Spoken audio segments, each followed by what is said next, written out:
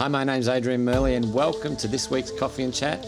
I'm sitting in Bali. The person I'm going to speak to is sitting in Canberra. It's a little bit warmer here than it is there. And so we're looking forward to having a chat with Tim today, so stick around.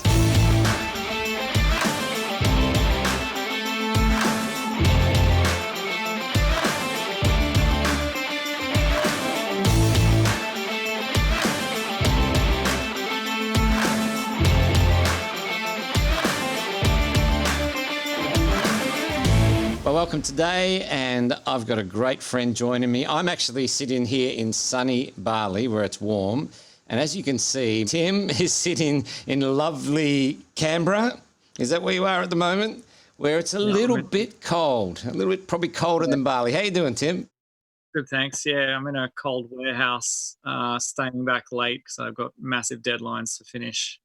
So yeah, it's about 8 degrees outside, which isn't too bad because considering the last few nights have been negative. So yeah, it's not too bad. Well, normally you'll be sitting here with me in Bali. We've done that many times on the Jimbaran beach there. Look, watch the sunset. Seems like a long time ago. It does. It feels like another world away, a world ago. Yeah, it's and it just feels like I don't know when that's going to happen again either. But hopefully sooner than later. Yeah, well, we wanted to catch up with you today because you're good friends of ours, known you for probably, I don't know, probably 10 years now. I can't really remember, but it's probably around 2010, 2009, I think we probably first caught up. Yeah, we moved there at about 2010. So we moved to Bali, so yeah, it would have been about then, I'd say. Yeah. And so let's just start off with your family. Got your lovely wife, Sarah. She's there in Australia with you at the moment. And your little daughter, Imogen, who is, by the way, she's the cutest button in the world. Takes after her mum. Doesn't take after you at all. Well, she's got my eyes. That's about it. I know my daughter absolutely loves her and just adores her. But yeah, so how are they doing back there in Australia?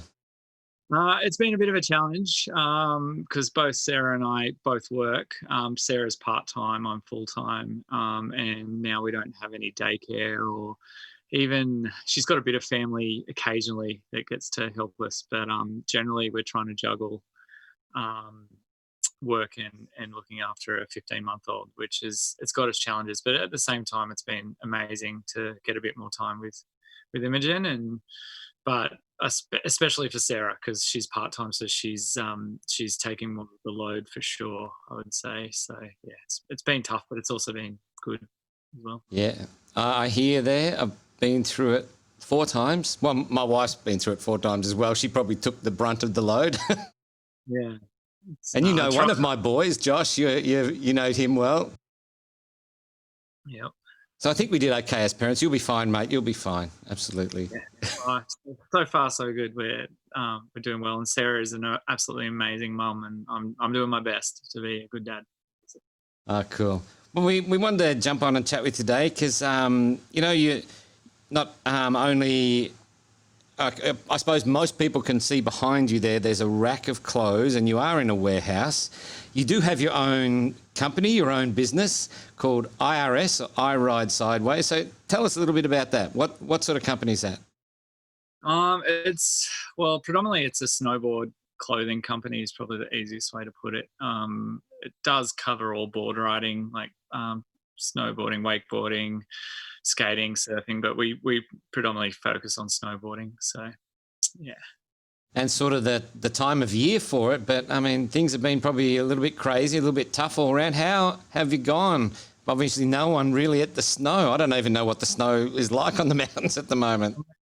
It's funny because just an hour or 2 hours before we've been in touch, we just got news that the major resort chain, so there's a bunch of resorts owned by Vail Resorts from America. They've purchased a bunch of the biggest resorts in Australia now, and they've just released their what's going to happen this winter, and it's bagus sekali. I might have to put a subtitle on that for those who don't speak Indonesian. It's funny. I've been speaking a bit of Indonesian today. There's a guy came in here who's been living over in Yogyakarta as well, and he's been studying there. So we've been speaking a bit of Bahasa today. It's been good. But anyway, yeah, they've just announced that the snow season's going on. It started a bit late. It's going to start a bit late, but they're pretty much saying it's going to happen decently well too. So my business has been it's been very up in the air. I've been on a massive roller coaster whether or not I'm even going to be able to function this winter, or whether or not my business is even going to continue. To be honest with you, uh, but it's all been really good news, and lately it's just kept being good news. Whereas before it was bad news after bad news after bad news, and it was stress bung it. It was it was pretty stressful. Yeah. But I'm feeling pretty good right now. So I'm very Because you would hopeful. have, because you would have had to prepare all the line for this winter a long time ago. So you would have had those orders all in the system, and you're probably stressed around Christmas time getting all them ready for the upcoming snow season. So yeah, It started, I mean, the designing phase started in this time last year, almost maybe June, July last year for this coming winter. And then it goes out to, I've got reps that go out and see the shops and try to sell it. And they make orders, the shops make orders in September, October, and then I start manufacturing for now. So yeah, everything was all organized. I have had a few shops cut back some of their orders, but on the whole, most of them are taking it. So it's been pretty great. Now I just gotta hope they sell it so I can get paid. So that's it. And you are in the warehouse, so a little bit busy at the moment, which is a good thing. I mean, it's tough when you're doing, because you're doing it by yourself. Yeah, I mean, you don't have a lot of staff there. You really. Yeah, I do. I do have a girl who runs a warehouse for me, actually. So she lives here and she's been in here every day. But it's about 8 p.m. here. Is this? Well, hopefully it wasn't not meant to be long. No, that's good. It's all good. It's about 8 p.m. here now, and I've just stayed back longer because I've just we'll be doing photo shoots tomorrow night and the next day. And so there's actually a couple of racks behind. There's even more than you can see, but I've actually just trying to prep it all. So I'll be good to do the photo shoots. But I mean, if you want, I'll pick up the camera and show you some of the warehouse later. Actually, I can show you now. It's pretty nuts in here. Oh, wow. But, it's looking pretty wild, but hopefully I'll set this back up right. Yeah, so, and that's actually not all of it. There's more behind you too. Mate. But yeah, it's no, I've got some help. I've had some really great friends show up as well and decide to lend a hand. So no, I've been very, very lucky, very blessed. Yeah. And so one of the things with your company that I've really noticed, and having known you for a long time, you really do champion not wasting products, not using plastics, looking after our environment, looking after, the planet.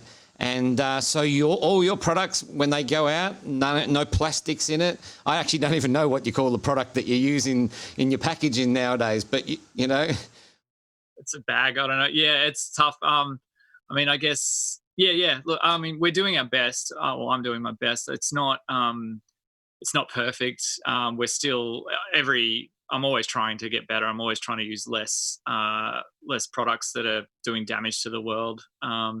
It's hard in this industry because it does use a lot of resources. So I'm very, very mindful of that, and I'm trying to constantly use things that are biodegradable. So like, just as you was talking about, we don't use any plastic in our packaging at all. So it's all made from most of it we use from cassava plant from Indonesia, and so it biodegrades and is compostable in a home compost as well. But the issue with it, though, it doesn't last that long. So in the tropics where it comes from, it's very rubbery and soft and amazing and super strong. But then by the time it gets here, it's a very dry climate where we are right here, and right now it's cold as well, and the plastic becomes very brittle, and like my thumb just goes through it very easy. But that's a good thing because it means it's breaking down already. So just trying to do our best with that.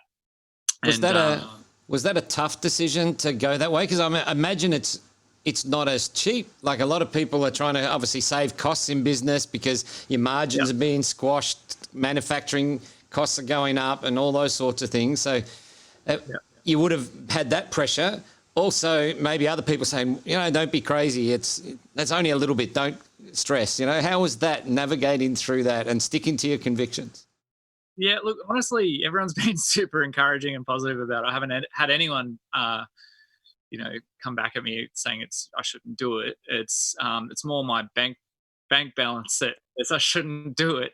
But no, the story in a nutshell is Sarah and I were actually going for a run on Jimbrun Beach in the wet season, and it started out, we're at the south end and it was quite clear, and as you get further up, it's sort of the wind and the currents started, I guess, pushing the rubbish in there further, and it got to the point where we actually couldn't see sand, and I'm not exaggerating at all. It was deep, and you couldn't see sand for as far as you looked from the shoreline up to the end of the beach, and it almost brought a tear into my eye, actually. And I just thought about the thousands of products we put out every year that all come in plastic, and absolutely everything you guys buy from a shop, like clothing wise especially, will come in its own plastic bag, singular, to the shop, so it stays in good condition, and the shop will get it, they'll pull it out, they'll put it on the rack, and they throw that plastic bag out, never to be used again.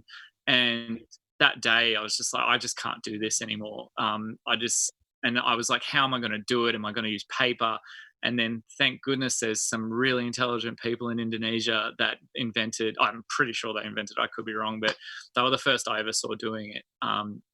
This bag made from cassava, and thankfully it's taking off around the world, actually. Like now, even in Woolworths, in the supermarkets in Australia, you can buy bin liners that are very similar, made from cornstarch.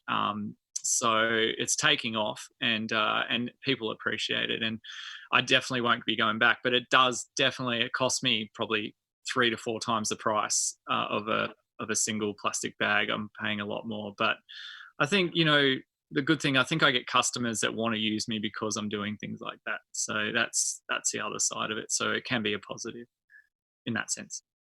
Yeah. And not only do you like walking along the beach, but you're a surfer as well.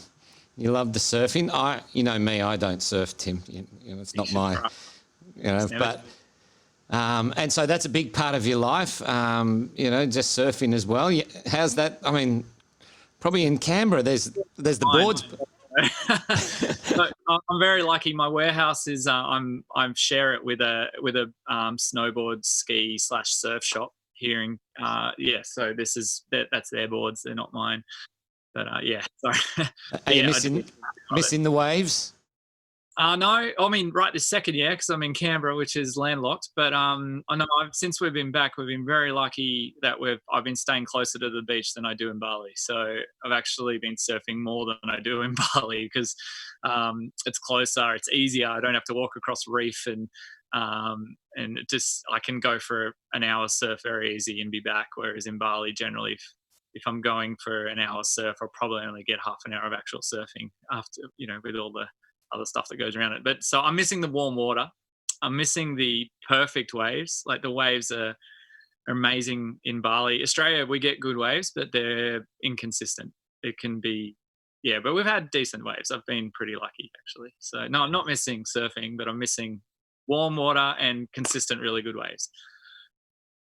Yeah. And so, and just one last thing, obviously, we know each other through the church, and, we've got our faith, and a lot of the decisions I make, and I know a lot of the decisions you and Sarah make for your family and for your business come from convictions of faith. That's part of who you are, and even though it's not something that it's not as if you're branding it on all your clothing, but just that care and the responsibility that you obviously feel when you're delivering a product to someone else, ensuring that they get good quality products, ensuring that, you're doing the best you can. Even the people that, you're getting to manufacture the clothes. I know I've spoken to you on many occasions, just that level of care that you take just to ensure that, the values that you hold dear aren't just something you speak about, but they're actually action.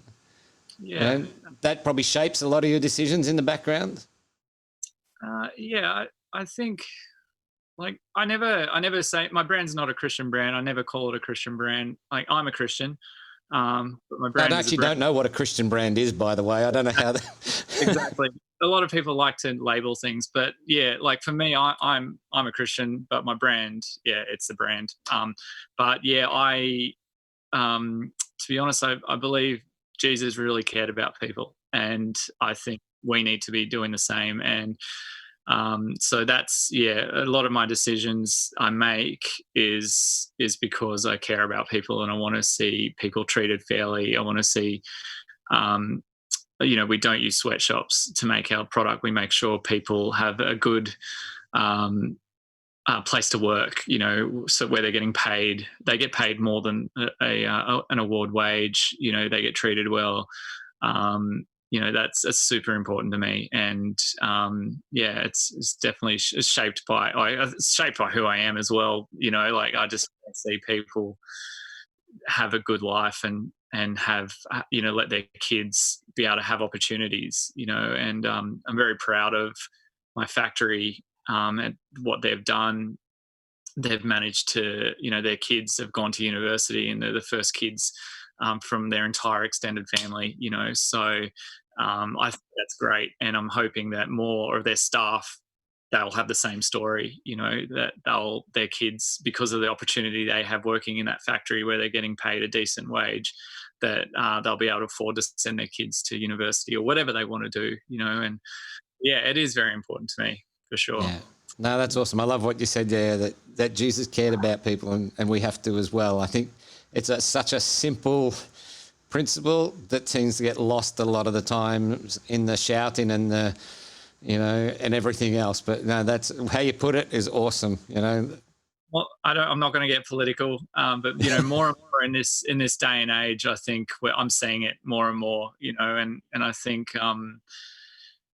it's. I mean, I'm not perfect. I get very selfish myself, but I think we need to be thinking about the less and the more. We need to be thinking about everyone and wanting to see everyone succeed and be treated right. And, yeah, all that sort of stuff. Anyway. Awesome. Well, I actually think that's a great place to finish. And so I really appreciate you taking the time. I know because you're wanting to get out and get home to Sarah and Imogen, and so there's still a bit of work to be done, and I sort of interrupted that flow, but I really appreciate it, mate.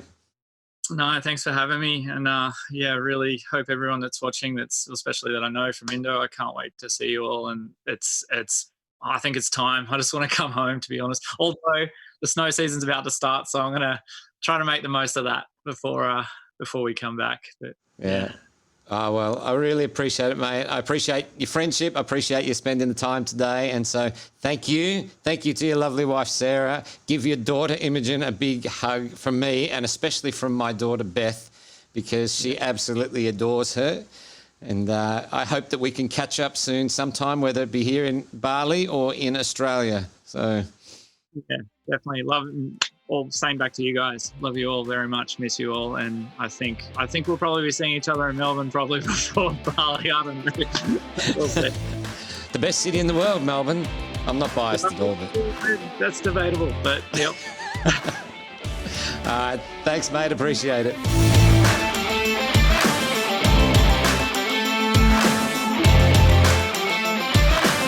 Well, I hope you enjoyed that chat today. Love catching up with that guy, and I actually do miss sitting on Jimbaran Beach there watching the sunset. But maybe one day in the future. Anyway, you stay safe. Catch you later. Bye.